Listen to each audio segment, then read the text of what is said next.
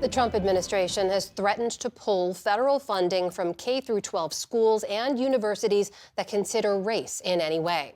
The Education Department argues the Supreme Court's ruling outlawing race in college admissions applies much more broadly, including, quote, using race in decisions pertaining to admissions, hiring, promotion, compensation, financial aid, scholarships, prizes, administrative support, discipline, housing, graduation ceremonies, and all other aspects.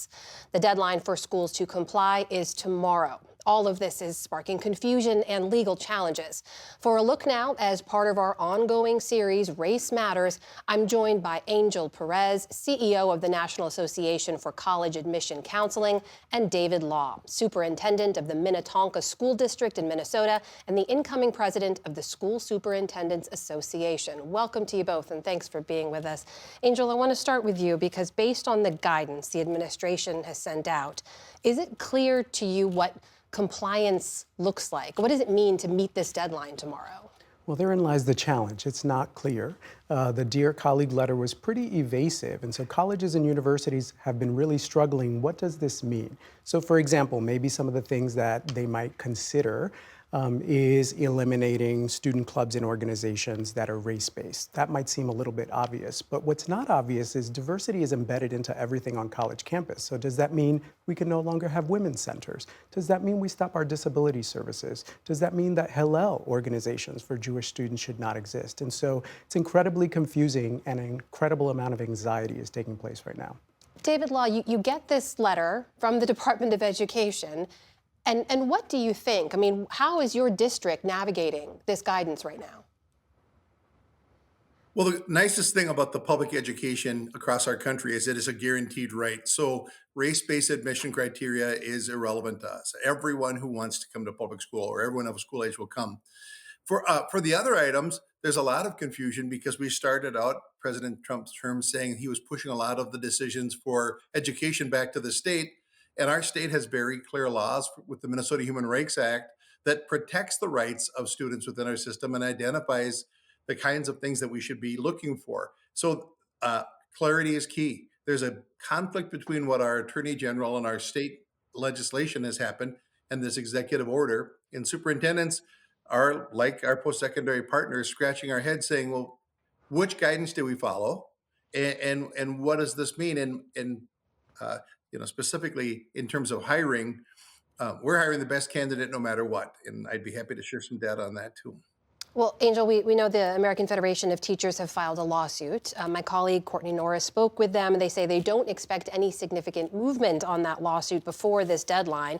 So what are you seeing now? Is there sort of like a wait-and-see approach, or are colleges actively working to try to comply in some way with guidance that isn't necessarily very clear? It's actually a little bit of everything. There are some institutions that are working to eliminate programming. Some institutions are actually scrubbing their websites around DEI programs. But then there's a lot of wait and see. I've also spoken to some college presidents who are saying we will not change anything until we absolutely have to. And so it's a mix. What about you, David? What are you hearing from other superintendents? How are they navigating the moment? And are they rushing to put changes into place? I don't think rushing to put changes into place is a good description. I think specifically in Minnesota and across the country, we're getting guidance about the executive orders as they come out through to the Department of Education, and we're taking that guidance to our local state associations or state commissioners of education and legal counsel for our school districts to say what applies to us. It's we don't think we're doing harm to our students. We think we're doing, and certainly in our staffing process, we're just trying to fill open jobs. So what we think we're doing is great work to support the public education of our students across the country. And when there's something clear that's in violation, I think we'll come back and revisit it. But right now we're just looking for clarity about what does this mean in a time when we're committed to meeting the needs of our students. Well, David, there was a part of the Department of Education letter I want to pull out and get your reaction to, because this was, again, sent to K through 12 schools and university. It's outlining the Trump administration's policy. And this one part read, quote, DEI programs, for example, frequently preference certain racial groups and teach students that certain racial groups bear unique moral burdens burdens that others do not. Such programs stigmatize students who belong to particular racial groups based on crude racial stereotypes. The word certain there, David, is doing a lot of work. I just want to get your reaction to that and what that means to you. Well, across the country, our state set aside standards that are required to be covered within our classrooms, and we anchor our materials on those state standards. And so we have an obligation to our state to be instructing our students on what those state standards are. But we're certainly not trying to be divisive within our classroom. We're the likeliest spot where that would happen would be in the history of our country and things that have happened. Certainly not everything that's happened in our country are things that we're proud of, but we're not trying to divide our community through that process. We're about informing our students so that they can become critical consumers of information. So my colleagues across the state or across the country would say the things we're teaching in our classroom have been identified by our communities in our state as what our students need to know to be successful for the future. So that word certain, it implies a lot, but there's this long history of how we've defined what students need to know, and we are obligated to be instructing our students about what our state determines to be critical. Angel, the threat here is that federal funding could get pulled. What kind of impact could that have on schools and universities? That would be devastating. The reality is the majority of colleges and universities can't function or operate without federal funding. But I think it would be devastating if you take it away. Students are the ones who are actually going to suffer the most.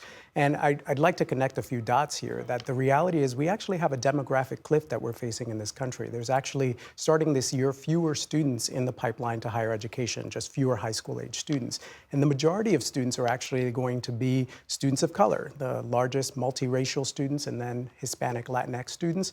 And so if we don't figure out a way how to support, cultivate, retain them, we won't have a future workforce. We actually are going to have to do this through an economic imperative. So it would be devastating for institutions, but for students and the future of our nation. I've got about a minute or so left, Angel, but regardless of how the legal challenges here play out, has this guidance already had some kind of an impact that will be hard for schools and universities to shake? Absolutely, yeah. And I think the other impact that we're not talking about is the psychological effect on students who are currently applying to college. High school counselors are telling me that many of their students feel like colleges don't want them, or when they hear this news, they don't even want to go through the process anymore. And so again, this could be devastating given that we already have fewer students in the pipeline to higher ed. Angel Perez from the National Association for College Admissions Counseling, and David Law, the incoming president of the School Superintendents Association. My thanks to you both. Appreciate your time. Thank you. Thank you, Amna.